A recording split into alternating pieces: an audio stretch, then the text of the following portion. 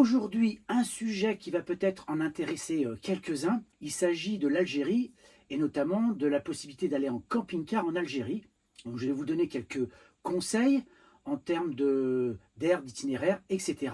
Et vous verrez que ce n'est pas aussi simple au départ. Après, une fois qu'on y est, ça se passe plutôt bien.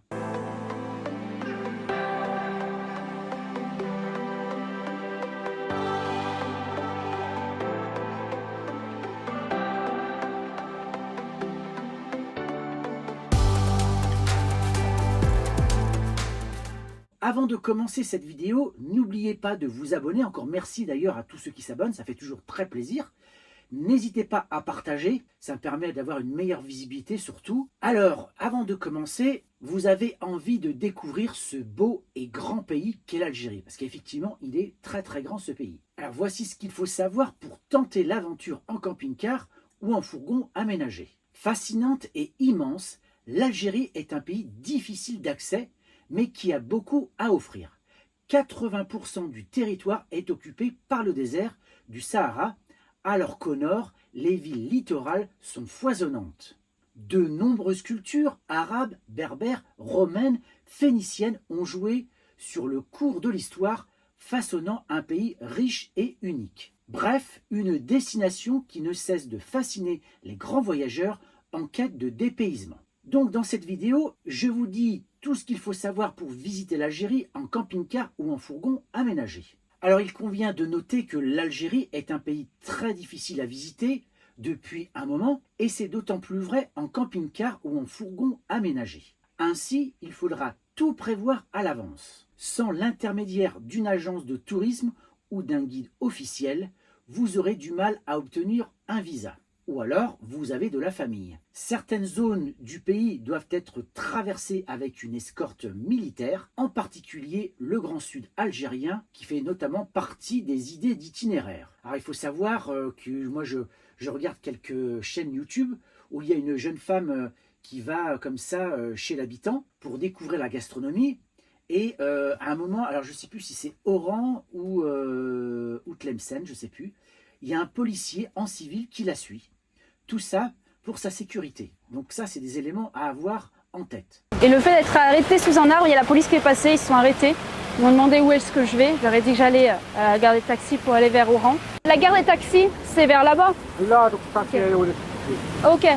Je fais juste une petite pause parce que Yom Kain Hamtar. aujourd'hui, il pleut. Bon, du coup, je suis sous mon arbre parce qu'il pleut encore et c'est la BRI, la Brigade de recherche et d'intervention, qui s'est arrêtée. Ça, c'est vraiment l'ultra protection des touristes en Algérie, c'est-à-dire qu'ils veulent savoir qui je suis, où je suis, avec qui je suis et où je vais pour être sûr qu'il m'arrive rien. Pourtant, certains voyageurs s'aventurent encore dans ce magnifique pays. Pour le moment, on peut vous déconseiller de les suivre sans une préparation rigoureuse, mais qui sait comment les choses évolueront dans quelques années. Alors voilà quelques idées d'itinéraire pour visiter l'Algérie. Alors si vous partez pour une semaine, il y a d'abord le nord. Jour 1 et jour 2, vous pouvez visiter Alger, la capitale qui regorge de trésors, la Casbah et ses mosquées, Bab el-Oued, la basilique Notre-Dame d'Afrique, sans oublier la douceur de son front de mer. Prévoyez quelques heures pour découvrir la culture algérienne via les musées de la ville. Enfin, partez en excursion dans les ruines romaines de Tipaza et de Cherchell. Pour le jour 3 et 4, il y a Oran, qui a environ 410 km. La fascinante Oran est la deuxième ville d'Algérie. Elle mêle des influences arabes, berbères, espagnoles. Le contraste entre sa modernité et la richesse de son patrimoine historique est saisissant. Pour le jour 5 et 6, eh bien, il y a Tlemcen qui a environ 2 heures, 180 km. Prenez une journée pour découvrir la belle Tlemcen, sa grande mosquée et son souk. Ensuite, partez à la découverte de ses environs, notamment les ruines de Mansoura, les cascades d'El Ourit, les grottes Ain Fenza, etc., etc. Et pour le jour 7, vous revenez à Alger. Dans le sud, vous avez notamment pour une journée Gardaïa, la capitale de la vallée de Mzab, qui vaut vraiment le détour. Ne manquez pas son souk animé, le marché à la criée sur la place Lala Achou, ou encore la cité millénaire de Beni Isguen. Donc c'était vraiment un véritable voyage dans le temps pour cette destination. Pour le jour 2 à 4, la vallée de Mzab. Sur le chemin de Timoumoun, prenez votre temps. Les paysages désertiques de la vallée, parsemés d'oasis et de villages fortifiés, sont uniques au monde. Pour le jour 5, Timoumoun, 7 heures 620 km, situé au cœur d'une oasis. Timoumoun fait partie de la belle région de Gourara. Ses maisons et ses fortifications rouges sont à voir absolument. Alors le jour 6 et jour 7, c'est le retour, parce qu'il y a quand même de la distance. Alors si vous partez 2 semaines, voici d'autres possibilités, notamment pour le jour 1 et le jour 2, Alger et ses environs. Prenez au moins 2 jours pour visiter Alger, ses monuments et ses musées. Vous pouvez également découvrir ses alentours, comme je l'ai dit, les ruines romaines de Tipaza ou les villes de Tlemcen et Oran. Pour le jour 2 et 3, Tikja, 4h15, 210 km. Cette ville est célèbre pour les singes qui y vivent l'hiver. L'hiver, ses alentours sont recouverts de neige. Le spectacle est vraiment fascinant. Rendez-vous ensuite à Tizi Ouzou pour admirer les montagnes de Djurdjura. Le jour 4, vous pouvez vous rendre à Béjaïa à 2h50, 120 km. Le centre de la Kabylie, Béjaïa regorge de trésors. Visitez la Casbah et baladez-vous vers le cap Carbon. Le jour 5, Djidjel, 3h25, 140 km. La jolie Djidjel et ses plages valent le détour. Sur le chemin, arrêtez-vous aux gorges de Kerata et aux grottes merveilleuses. Le jour 6 et 7, la belle Constantine, 3h, 140 km, surnommée la ville au pont. Constantine est une des plus anciennes cités au monde. Partez à la découverte de la vieille ville, du palais et des ponts suspendus sur les gorges du Rumel. Pour le jour 8, Sétif et Djemila. 3h10, 180 km. Visitez la ville de Sétif. Non loin, vous trouverez les superbes vestiges de la cité antique de Djemila. Pour le jour 9 et 10, surtout allez au site antique des Aurès, le Madresen, Tingad, Lambèze, 3h, 195 km. Prenez 2 jours pour visiter les ruines et profiter de la beauté du massif des Aurès. Pour le jour 11 et 12, excursion à la gorge El Kantara. Ensuite, jour 13, tentez Hammam d'Ebag et nuit à Annaba, qui est environ à 4h50, c'est-à-dire 270 km. Pour le jour 14, vestiges d'Hippone et balade sur la côte méditerranéenne. Et enfin, le jour 15, c'est un retour à Alger. Vous avez aussi la possibilité de partir 1 mois en Algérie en camping-car ou en fourgon aménagé. Ce road trip est un mélange d'itinéraires précédents. Donc, vous faites un mixte et vous y trouverez vraiment de belles choses à visiter. Alors, quel budget pour voyager en camping-car ou en fourgon en Algérie? Tout dépend si vous allez faire une location de camping-car. Imaginons que vous partez pour une semaine avec une location d'un véhicule. L'assurance du camping-car, vous êtes environ à 800 € en moyenne. Sinon, location plus assurance du camping-car entre particuliers, vous êtes à peu près à 560 €. Et pour le coût du carburant, vous êtes pour à peu près une semaine pour 50 €. Donc au total, vous vous retrouvez pour une semaine entre 710 et 850 €. Donc vous multipliez ces prix par 2 et vous aurez les tarifs pour 2 semaines. Alors vous pouvez aussi partir avec votre camping-car.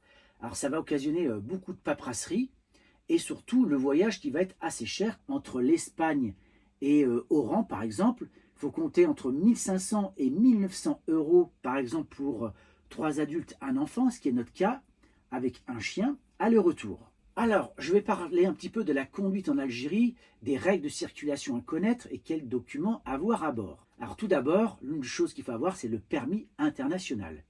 Pour l'obtenir, rendez-vous dans un touring club avec votre permis de conduire original plus photocopie, 2 photos d'identité et un timbre fiscal de 500 dinars. Donc pensez au permis français, alors si vous êtes français, le permis français, la pièce d'identité, le contrôle technique, la carte grise du véhicule, les papiers de l'assurance. Alors quelles sont les limitations de vitesse? Les limitations officielles sont les suivantes. En agglomération, on est à 50 km/h, un peu comme chez nous. Hors agglomération, c'est 100 km/h et sur autoroute, c'est un petit peu moins que chez nous, c'est 120 km/h. Alors le carburant là-bas, il est vraiment pas cher. Pour voyager en Algérie, en camping-car, il faut toujours avoir un œil sur sa réserve de carburant, surtout dans le désert. En effet, le pays ne comporte que 2500 stations-service environ. En comparaison, la France en a environ 10 000, alors que sa surface est 3,5 fois inférieure. En revanche, le prix du carburant est très bas. Comptez entre 20 et 50 centimes par litre de gasoil. Concernant l'alcool au volant, le seuil est à 0,2 g d'alcool par litre de sang, en sachant qu'un seul verre d'alcool peut faire monter le taux entre 0,2 et 0,3 g par litre de sang. Donc je vous déconseille de boire avant de prendre la route. Alors autre information à savoir sur la conduite en Algérie. Pour conduire en Algérie en camping-car ou en fourgon aménagé, il faudra être hyper réactif. Respectez le code de la route, mais soyez également extrêmement vigilant à ce qui se passe autour de vous. En effet, la conduite des Algériens est très rapide et nerveuse. Il faudra du temps pour vous y habituer. Le réseau routier est en excellent état. En revanche, les contrôles et les barrages sont très fréquents. Ils peuvent vous ralentir considérablement. Gardez toujours votre sang-froid et gardez surtout le sourire. Maintenant, on va parler aire de camping-car en Algérie. La question, c'est où stationner. Comme je l'ai exprimé tout au début de la vidéo, l'Algérie se visite généralement en compagnie d'un guide. Il saura vous indiquer les endroits où stationner pour la nuit. Sur les applications telles que Park4Night, vous ne trouverez pas de spot, c'est quasiment inexistant. Il faut dire que rien n'est prévu pour les voyageurs mobiles. Mais le pays regorge de lieux incroyables où dormir dans son camping-car ou son van. Donc n'hésitez pas à demander aux Algériens des conseils pour trouver des endroits confortables et sûrs où stationner. Alors ça, c'est un petit peu le bémol de l'Algérie, c'est qu'il n'y a presque rien qui est fait pour le tourisme. Il y a quelques infrastructures, mais ce n'est pas un pays touristique. Et alors, n'espérez pas trouver une pléthore de camping. Il y en a très très peu en Algérie. Et les aires pour camping-car, il n'y en a pas. Alors, quelle est la meilleure période pour voyager en camping-car en Algérie? Le nord de l'Algérie est habité par un climat méditerranéen. Les étés sont chauds, voire très chauds, et les hivers doux, notamment sur la côte où la météo reste toujours agréable. Entre mai et octobre, vous profiterez à fond de la région. En revanche, le sud est marqué par de très fortes chaleurs. Évitez de vous y rendre après avril et privilégiez l'hiver, surtout dans la région saharienne où s'ajoute un fort écart de température entre le jour et la nuit. Vous avez envie de traverser la Méditerranée pour découvrir l'Algérie. Pour une immersion totale dans la culture algérienne en toute sérénité, souscrivez une assurance voyage offrant des garanties complètes. Frais médicaux, rapatriement, perte de bagages, offrez-vous une couverture sur mesure adaptée à votre séjour à l'étranger.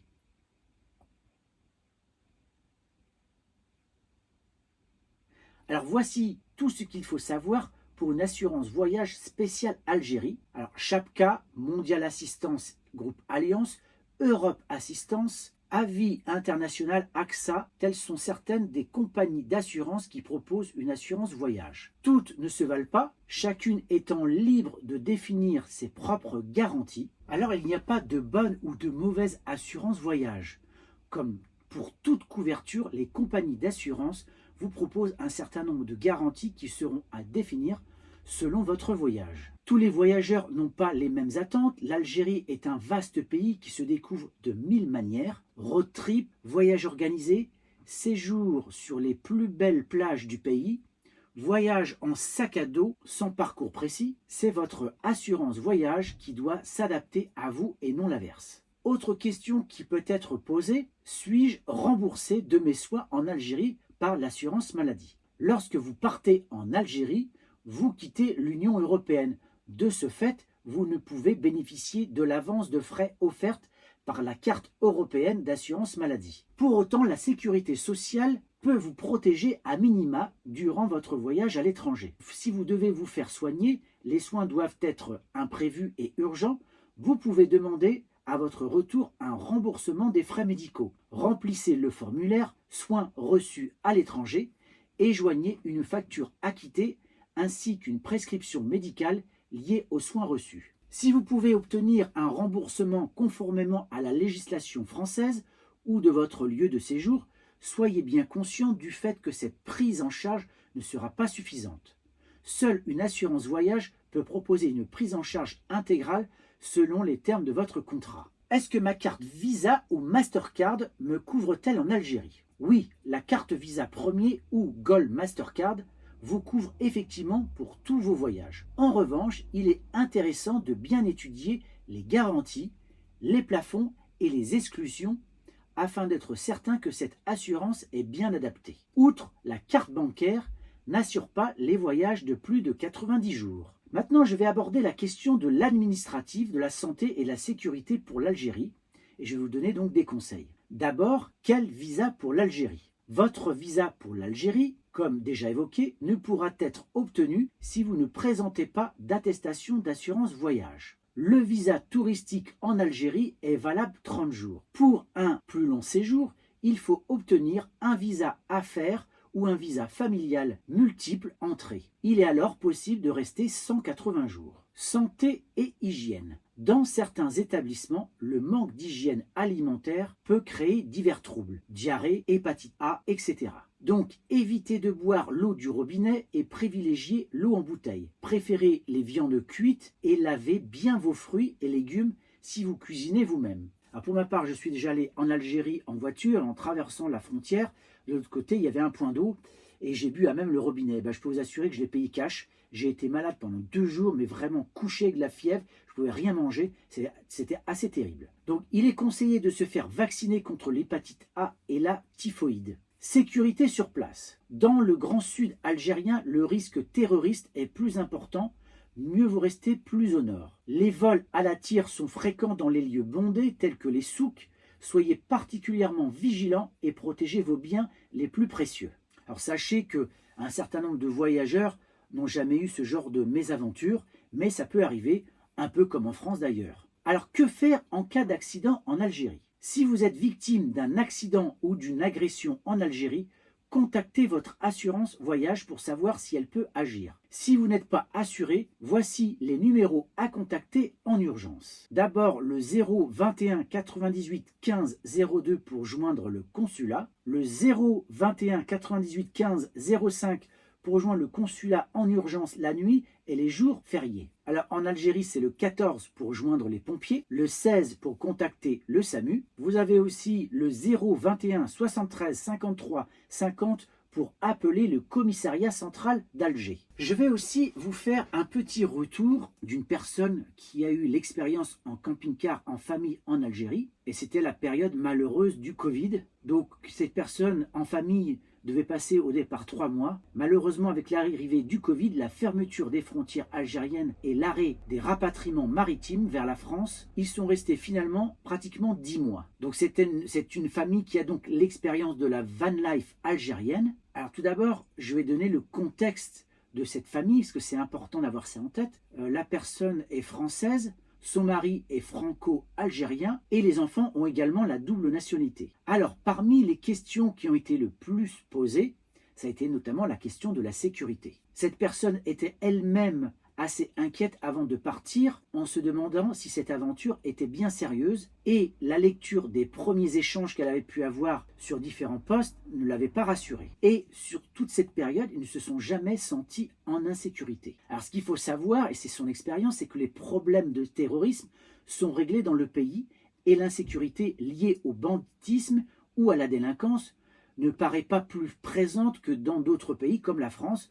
Allez à Marseille ou à Paris, vous allez voir, c'est pas la même musique. Donc en 10 mois, cette famille n'a déploré aucun problème, ni agression, ni malveillance, ni même de sentiment d'insécurité. Au contraire, ils ont ressenti un accueil bienveillant, chaleureux et protecteur partout où ils sont passés. Et donc, ce qui amène à parler de l'hospitalité. Et là, c'est le point phare de ce voyage. C'est que dans ce voyage, on se rend compte que l'hospitalité algérienne est absolument magnifique. Partout où ils sont passés, ils ont fait de magnifiques rencontres et ils ont parfois tissé des amitiés sincères qu'ils ont entretenues encore. Ils ont été invités à manger, dormir et partager le quotidien de dizaines de personnes croisées sur la route, ce qui explique également, ce qui explique ce sentiment de sécurité. En fait, ils étaient souvent garés devant des habitations ou dans des douars. Donc ce voyage a été un grand moment d'humanité, particulièrement précieux en période pandémique. Donc imaginez en 2020-2021, c'est quand même pas mal. Alors concernant les infrastructures, ne cherchez pas d'aires de camping-car, de lieux de vidange, ni même de points Park Fortnite, rien de tout ça n'existe. Et donc ce qu'ils ont fait, puisqu'il y avait très peu de points Park Fortnite, ils ont entré leurs points, donc ils ont pu comme ça mettre les points où ils ont pu stationner, même ceux de certains particuliers qui étaient d'accord. Donc là, effectivement, ce qu'ils ont ressenti, c'est qu'ils sont sortis clairement de leur zone de confort, car il n'y a aucun parcours fléché pour la van life algérienne. Alors voici comment ils se sont sortis de tout ça. D'abord, toilettes sèches qu'ils ont compostées en nature, produits d'entretien et d'hygiène écologique. Bien sûr, des stocks ont été faits avant le départ. Pour les spots, ils avaient différents plans. Alors, le pratique, c'est sur les aires d'autoroute ou les stations-service le long de la route. Alors, bien sûr, quand on dit autoroute, ce n'est pas forcément des choses qu'on ferait en France. Mais là, ici, ce sont des lieux particulièrement sécurisés. Ils ont réussi une fois ou deux à dormir sur des parkings d'auberges de jeunesse et sinon dans des parkings surveillés dans les grandes villes. Alors, chose assez rare en Algérie, c'est qu'ils ont réussi à débusquer 2 campings, dont un réellement idyllique à Timimoun, car en général, quand il est indiqué camping, ils trouvent plutôt des locations de bungalows, mais pas d'emplacement pour des véhicules aménagés ou des camping-cars. Parce qu'en fait, et ça je l'ai dit, le camping n'est pas développé en Algérie. Alors bien sûr, ils ont fait du spot sauvage, mais pas tant que ça en Algérie. Alors c'est vrai qu'il y en a qui adorent, quand ils vont dans des pays comme ça, d'aller dans des endroits sauvages en toute liberté, mais là ils ont préféré demander dans les villages ou des maisons aux alentours et pour savoir si les lieux étaient sécuritaires, et en général à cette étape c'est souvent des invitations à rester devant les habitations. Alors les routes sont plutôt bonnes et la conduite un peu sportive, mais apparemment rien d'alarmant. Apparemment le gros point noir, ce sont les dodanes qui sont assez anarchiques. Il y en a partout de toutes les formes et souvent pas vraiment réglementaires.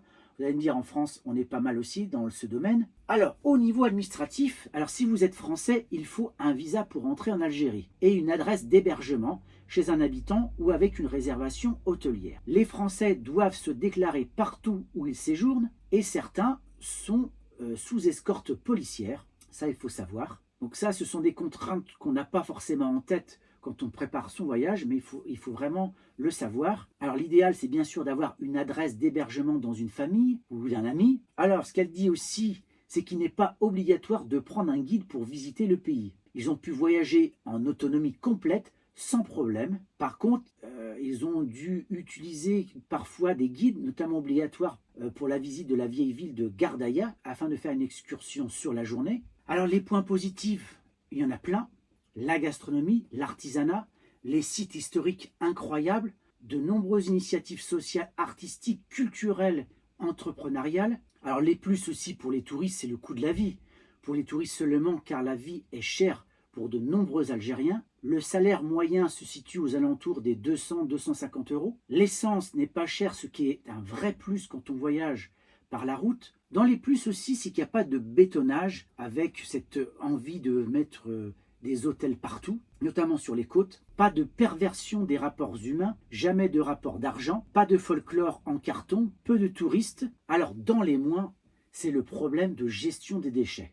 Il manque d'infrastructures et de sensibilisation. Donc ça, c'est le gros bémol de l'Algérie. Alors bien sûr, il existe quelques belles initiatives citoyennes qui prennent le problème à bras le corps, mais il y a encore beaucoup de travail à faire. Et malheureusement, on voit aussi des lieux historiques qui ne sont pas entretenus ou très peu, alors qu'ils mériteraient d'être mis en valeur. Bien sûr, la situation politique reste assez instable dans ce pays, avec des espoirs et aussi des abattements. Alors bien sûr, tout ce qui a été dit par cette personne n'a pas de valeur de vérité, bien évidemment. Il s'agit de témoignages et d'un ressenti. Donc voilà, en substance, ce que je pouvais dire sur l'Algérie. C'était vraiment un très beau pays. Moi, j'y suis allé déjà 2 fois, une fois en avion et une fois en voiture. Jamais en camping-car, et ça, c'est un rêve. Et j'espère que le réaliser très prochainement. Malheureusement, il y a cette frontière entre le Maroc et l'Algérie qui est fermée. Et ça, c'est vraiment un gros point négatif. Parce que c'est vrai que quand on prend le bateau à Algeciras, l'aller-retour, c'est à peu près, pour un camping-car et 4 personnes, entre 250 et 300 €. Alors que si vous prenez le bateau, par exemple, en Espagne, du côté de Valence, pour Oran, c'est plus la même musique. Là, on se retrouve entre 1500 et 2000 €. Et de France, je n'ai même pas regardé les prix parce que ça va être pire, je pense. Donc ça, c'est vraiment un peu dommage. Mais en tout cas, c'est un beau pays qui mérite le détour. Il y a encore beaucoup de choses à découvrir. Et surtout, il est encore assez sauvage, si je puis dire. C'est qu'il n'y a pas tout ce tourisme de masse qu'on peut trouver en France, en Espagne, même voire au Maroc. Donc c'est vraiment chouette. Et les Algériens, dans l'ensemble, sont assez accueillants. pour peu qu'on soit respectueux de leurs coutumes. Dites-moi en commentaire ce que vous en pensez. Est-ce que c'est un séjour qui pourrait vous intéresser? Partagez, likez et surtout abonnez-vous. Je vous dis à très bientôt. Au revoir.